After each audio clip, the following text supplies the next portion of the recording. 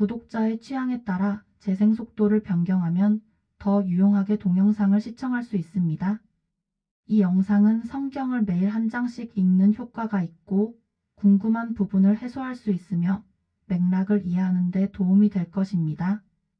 창세기 19장의 키워드는 소돔과 고모라, 롯의 아내, 유황과 불, 동굴, 모압과 암몬 등이며 핵심 성경 구절은 창세기 19장 24절이다.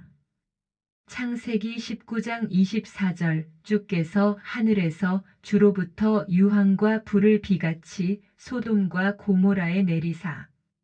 핵심 주제는 하나님의 심판과 구원이며 핵심 주제의 배경이 되는 주요 맥락은 다음과 같이 나눌 수 있다. 롯과 두 천사 소돔에서의 경고, 소돔의 멸망 경고, 소돔과 고모라의 멸망, 롯과 두 딸의 죄악, 1. 롯과 두 천사 소돔에서의 경고. 창세기 19장 1절부터 11절.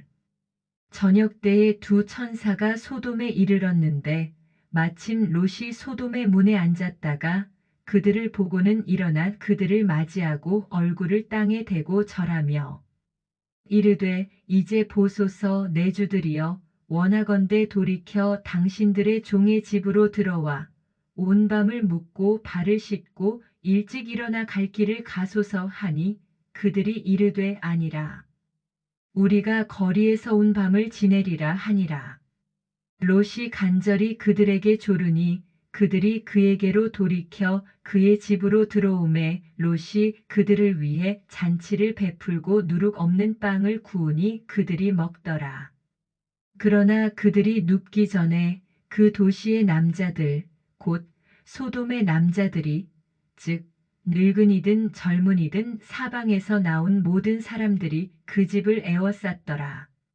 그들이 롯을 부르며 그에게 이르되 이 밤에 내게 온 남자들이 어디 있느냐? 그들을 우리에게로 데려오라. 우리가 그들을 알리라 하니 롯이 문에 있던 그들에게로 나아가 자기 뒤로 문을 닫고 이르되 원하건대 형제들아 이같이 악하게 행하지 말라. 이제 보라 내게 남자를 알지 않은 두 딸이 있노라. 원하건대 내가 그들을 너희에게로 데리고 나가리니 너희는 너희 눈에 좋은 대로 그들에게 행하고 이 남자들은 내 지붕 그늘 아래로 들어왔은즉 그런 까닭에 그들에게 아무 일도 하지 말라 하매 그들이 이르되 물러나라 하고 또 이르되 이놈이 들어와 머물면서 우리의 재판관이 되려 하는도다. 이제 우리가 그들보다 너를 더 악하게 다루리라 하며 그 사람 곧 롯을 강하게 밀치고 가까이 나아와 문을 부수려 하더라. 그러나 그 남자들이 자기들의 손을 내밀어 롯을 집으로 자기들에게로 끌어들인 뒤에 문을 닫고 큰 자든 작은 자든 집 문에 있던 남자들을 다 쳐서 눈을 멀게 하니 이에 그들이 문을 찾느라 힘들어 하더라. 두 천사가 소돔에 도착하자 롯은 그들을 환대하며 자신의 집으로 모신다. 그러나 소돔의 남자들이 롯의 집을 에워싸고 천사들에게 더러운 짓을 가하려 한다. 롯은 그들을 보호하려 하지만 상황은 악화된다. 천사들은 롯과 가족을 보호하기 위해 그 사람들이 앞을 못 보게 하고 롯에게 소돔의 멸망을 알린다. 하나님께서 확인하려고 했던 소돔의 죄는 어떤 죄악들이었을까? 소돔의 죄는 단순한 성적 타락을 넘어 하나님께서 정하신 질서를 거부하고 인간 중심의 욕망 체계로 세계를 재구성하려는 시도였다. 에스겔 16장 49절, 50절은 소돔의 죄가 사회적 구조적 반역임을 암시하고 있다. 보라, 내 자매 소돔의 불법은 이것이니 곧 그녀와 그녀의 딸들 안에 있는 교만과 빵의 풍족함과 게으름이 많은 것이라. 그녀가 가난한 자와 궁핍한 자의 손을 강하게 하지 아니하였고 또 그들이 거만하여 내 앞에서 가증한 짓을 행하였느니라. 그러므로 내가 선하게 여기는 대로 그들을 제거하였느니라. 이는 소돔의 죄가 단지 성적 일탈이 아니라 사회 정의를 무너뜨리고 하나님의 자비 질서를 거부한 전인적 반역이었음을 말해준다. 특히 교만, 풍족, 무관심, 가증함은 하나님의 창조 질서를 무시한 자율적 삶의 상징이다. 로마서 1장 21절부터 25절을 보자. 그들이 하나님을 알되 그분을 하나님으로 영화롭게 하지도 아니하고 감사하지도 아니하며 오히려 자기들의 상상 속에서 허망해지고 또 그들의 어리석은 마음이 어두워졌나니 그들은 스스로 지혜 있다고 선언하나 어리석은 자가 되어 썩지 아니할 하나님의 영광을 썩을 사람이나 새나 네 발 달린 짐승이나 기어다니는 것들과 같은 형상으로 바꾸었느니라. 그러므로 하나님께서도 그들을 그들 마음의 정욕을 통해 부정함에 내주사 그들이 자기 몸을 서로 욕되게 하셨으니 그들은 하나님의 진리를 거짓으로 바꾸고 창조주보다 창조물을 더 경배하고 섬겼느니라. 그분은 영원히 찬송 받으실 분이시로다. 아멘. 바울은 로마서 1장 21절부터 25절에서 성적 타락이 아니라 그것을 가능하게 만든 영적 구조, 즉 하나님을 떠난 인본주의적 세계관을 먼저 지적한다. 이 흐름은 소돔의 상황과 유사하다. 하나님을 떠난 인간 욕망 체계의 폭주가 성적 질서의 붕괴와 사회적 파괴로 이어진다. 소돔 사람들은 낯선 이를 환대하지 않고 지배하려는 성적 사회적 폭력을 가한다. 이는 고대 근동 환대 문화에 대한 정면 위반이며 타자를 적대하는 질서 전복의 상징 행위이다. 본문의 5절을 보자. 그들이 롯을 부르며 그에게 이르되 이 밤에 내게 온 남자들이 어디 있느냐? 그들을 우리에게로 데려오라.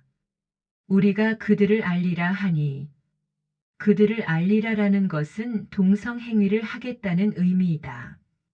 하지만 이것은 동성행위에서 끝나는 것이 아니라 사회적 굴욕과 지배, 하나님 질서의 전복을 상징한다. 유대 철학자 필로와 요세푸스는 소돔의 죄를 단지 동성애가 아닌 도시 전체의 교만, 잔인함, 탐욕, 무관심으로 해석했다. 어거스틴, 칼빈 등은 소돔의 죄를 하나님의 질서를 떠난 자기 중심성으로 보았다.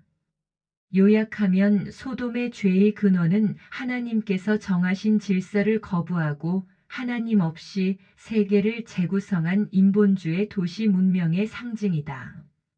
소돔은 단지 개인의 타락이 아닌 도시 공동체 전체가 자기만을 위한 세계를 만든 것이며 하나님과의 관계를 끊고 자기 욕망을 절대화한 문명의 전형이 되었다. 하나님은 단지 윤리적 위반에 진노하신 것이 아니라 자신의 형상대로 지음받은 인간이 하나님 없는 인간성을 선택한 데 대해 심판하신 것이다. 이 소돔의 멸망 경고. 창세기 19장 12절부터 22절. 그 남자들이 롯에게 이르되 여기에 내게 속한 자가 더 있느냐? 사위나 내 아들이나 내 딸이나 누구든지 이 도시 안에서 내게 속한 자를 이곳에서 데리고 나가라. 13. 그들에 대한 부르짖음이 주의 얼굴 앞에서 크므로 우리가 이곳을 멸하리라. 주께서 그것을 멸하시려고 우리를 보내셨느니라 하매. 롯이 나가서 자기 딸들과 결혼한 사위들에게 말하여 이르되 주께서 이 도시를 멸하실 터이니 너희는 일어나 이곳을 떠나란 하였으나 그의 사위들은 그를 농담하는 자로 여겼더라. 아침이 되매 그 천사들이 롯을 재촉하여 이르되 일어나 여기 있는 내 아내와 두 딸을 데려가라. 이 도시의 불법 가운데서 내가 소멸될까 염려하노라 하였으나 그가 망설임에 그 남자들이 그의 손과 그의 아내의 손과 두 딸의 손을 잡았더라. 주께서 그에게 긍휼을 베푸셨으므로 그들이 그를 데리고 나가 그 도시의 밖에 두니라. 그 남자들이 그들을 밖으로 데리고 나간 뒤에 그가 이르되 내 생명을 건지기 위해 도피하라. 너는 내 뒤를 돌아보거나 이온 평야에 머무르지 말고 산으로 도피하라. 내가 소멸될까 염려하노라 하니. 롯이 그들에게 이르되 오 내 주여 그리하지 마옵소서. 이제 보소서 주의 종이 주의 눈앞에서 은혜를 입었고 또 주께서 주의 긍휼을 내게 넘치게 하사 내 생명을 구원하심으로 긍휼을 베푸셨나이다. 내가 산으로 도피할 수 없나이다. 재앙이 나를 덮쳐 내가 죽을까 염려하나이다. 이제 보소서 이 도시는 도망하기에 가깝고 작기도 하오니 오 내가 거기로 도피하게 하사 내 혼이 살게 하소서.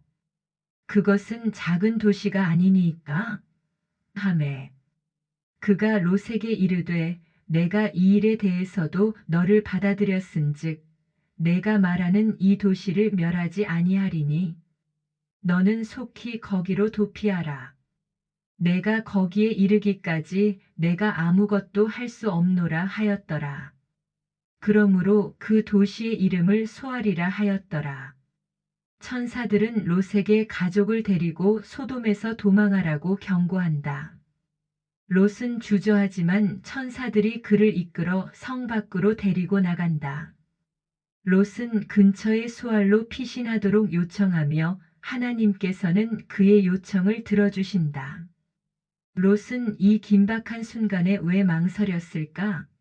생명이 담보된 상태에서 망설인다는 것은 납득하기 어렵다. 다음 두 가지 정도로 관측해보자.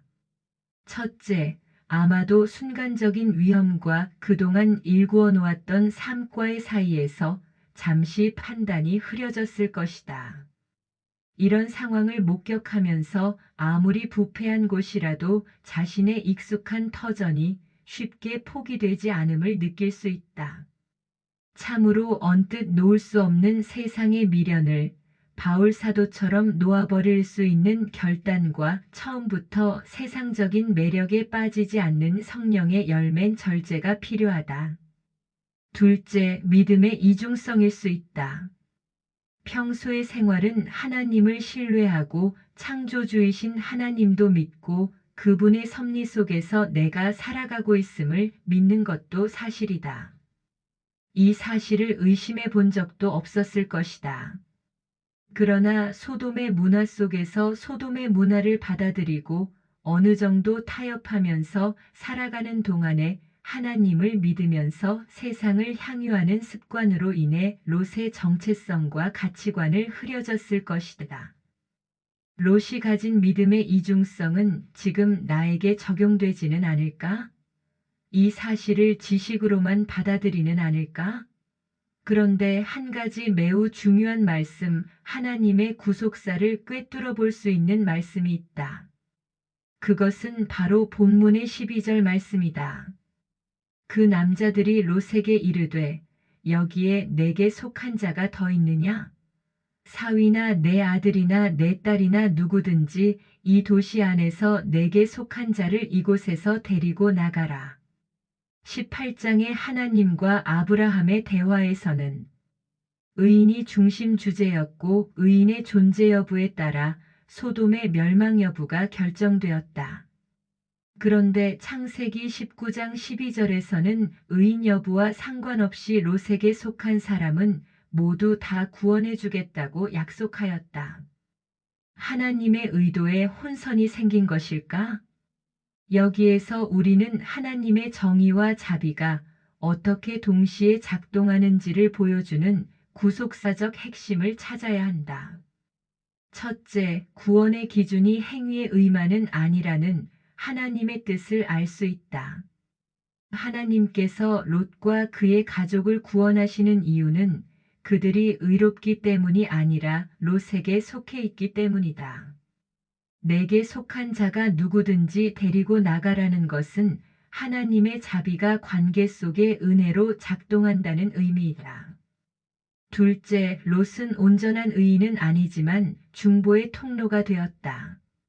롯은 소돔에서 살아가며 영적으로 타협한 흔적이 많다.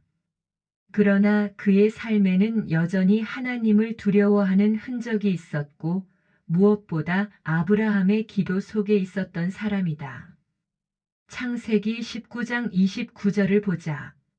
하나님께서 그 평야의 도시들을 멸하실 때, 곧 롯이 거하던 도시들을 엎어 멸하실 때에 아브라함을 기억하사 그 엎으시는 중에 롯을 내보내셨더라. 롯의 구원은 그의 완전함 때문이 아니라 그를 위해 기도한 의인 아브라함을 통한 중보였다. 셋째, 속한 자는 은혜의 범위 안에 있다는 상징이다. 창세기 19장 12절에 내게 속한 자는 단순한 혈연이 아니라 중보자의 관계 안에 있는 사람들, 은혜의 덕에 참여한 사람들을 뜻한다. 이것은 예수 그리스도를 통한 구원에도 연결되는 예표이다. 요한복음 17장 9절을 보자. 내가 그들을 위해 기도하나이다. 내가 세상을 위해 기도하지 아니하고 아버지께서 내게 주신 자들을 위해 기도하오니 그들은 아버지의 것이니이다. 이제 본문 12절을 통해서 확인할 수 있는 하나님을 알아보자. 하나님의 공의는 죄는 반드시 심판하신다는 것이다. 하나님의 자비는 중보자와의 관계 속에 있는 자는 구출된다는 것이다. 구원의 원리는 완전한 의인이 아니라 은혜 아래 있는 자가 구원을 받는다는 것이다. 신앙의 성찰은 나는 누구에게 속해 있는가? 나를 통해 누가 은혜 아래 들어올 수 있는가?가 중요하다. 심판은 행위에 따라 임하지만 구원은 관계에 따라 흐른다. 그리고 그 관계의 중심에는 롯의 중보자 아브라함이 있었듯이 지금 나에게는 예수 그리스도가 있다. 3. 소돔과 고모라의 멸망. 창세기 19장 23절부터 29절. 롯이 소알에 들어갈 때에 해가 땅 위에 솟았더라. 주께서 하늘에서 주로부터 유황과 불을 비같이 소돔과 고모라에 내리사 그 도시들과 온 평야와 그 도시들의 모든 거주민과 땅 위에서 자라난 것을 엎어 멸하셨더라. 26. 그러나 롯의 아내는 그의 뒤에서 뒤를 돌아보았으므로 소금 기둥이 되었더라. 27. 아브라함이 아침에 일찍 일어나 주 앞에 섰던 곳에 이르러 28. 소돔과 고모라와 그 평야의 온 땅 쪽을 쳐다보고 바라보니 보라 그 지방의 연기가 용광로의 연기처럼 치솟더라. 하나님께서 그 평야의 도시들을 멸하실 때 곧 롯이 거하던 도시들을 엎어 멸하실 때에 아브라함을 기억하사 그 엎으시는 중에 롯을 내보내셨더라. 롯과 그의 가족이 소알로 도망한 후 하나님께서 소돔과 고모라에 유황과 불을 내리신다. 롯의 아내는 뒤를 돌아보다 소금 기둥이 된다. 아브라함은 멸망한 도시를 멀리서 바라보며 하나님의 심판을 목격한다. 소돔과 고모라의 멸망은 죄의 결과와 하나님의 정의로운 심판을 보여준다. 뒤를 돌아본 롯의 아내는 무의식적이었을까? 아니면 어떤 강렬한 궁금증이 있었기 때문일까? 우리는 롯의 아내의 마음을 유추하면서 신앙생활의 의미를 찾아낼 수 있을까? 참으로 신기한 것은 롯의 아내에 대한 기록은 창세기 19장 26절이 유일하다. 그것도 뒤를 돌아보았으므로 소금 기둥이 되었더라 라는 구절이 전부이며 누가복음 17장 32절도 그냥 인용이지 기록은 아니다. 그러므로 우리는 각자의 믿음대로 유추해 볼 수밖에 없다. 그러나 이 장면을 통해 신앙생활의 본질적인 질문인 나는 어디를 바라보아야 하는가를 생각하게 해준다. 롯의 아내는 무의식적인 본능, 즉 평소에 익숙한 삶에 대한 미련이 작동하여 뒤를 돌아보았을 수도 있을 것이다. 그러므로 생명을 구하기 위한 다름질 속에서도 아직은 남아있는 미련으로 인하여 뒤를 돌아볼 수 있었을 것이다. 강렬한 궁금증, 즉 하나님의 심판이 사실일까를 확인해 보고 싶은 마음도 있었을 것이다. 하나님의 말씀을 믿기보다 확인하고 싶은 마음, 또는 하나님의 말씀을 믿기는 하지만 그래도 확인해 보고 싶은 양다리를 걸친 마음으로 뒤를 돌아볼 수도 있었을 것이다. 믿음보다 판단이 앞서면 말씀을 무시하고 뒤돌아보게 된다. 롯의 아내는 몸은 나왔으나 마음은 아직 세상에 있었던 사람의 상징이다. 그러나 정말로 중요한 것은 롯의 아내를 비평하는 우리는 과연 그럴 만한 가치가 있는지를 성찰해야 한다는 것이다. 4. 롯과 두 딸의 죄악. 창세기 19장 30절부터 38절. 롯이 소알에 거하기를 두려워하여 자기의 두 딸과 함께 소알에서 나와 산에 거하되 그와 그의 두 딸이 굴에 거하였더라. 맏딸이 작은 딸에게 이르되 우리 아버지는 늙었고 온 땅의 관례대로 우리에게 들어올 남자가 땅에는 없도다.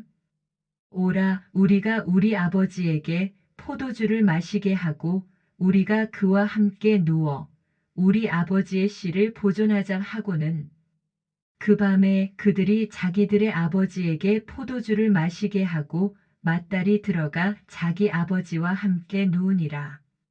그는 그 딸이 언제 눕고 언제 일어났는지 알지 못하였더라. 그 다음 날에 맏딸이 작은 딸에게 이르되 보라 어제 밤에는 내가 내 아버지와 함께 누웠으니 이 밤에도 우리가 그에게 포도주를 마시게 하고 내가 들어가 그와 함께 눕고 우리가 우리 아버지의 씨를 보존하자 하고는 그 밤에도 그들이 자기들의 아버지에게 포도주를 마시게 하고 작은 딸이 일어나 그와 함께 누우니라.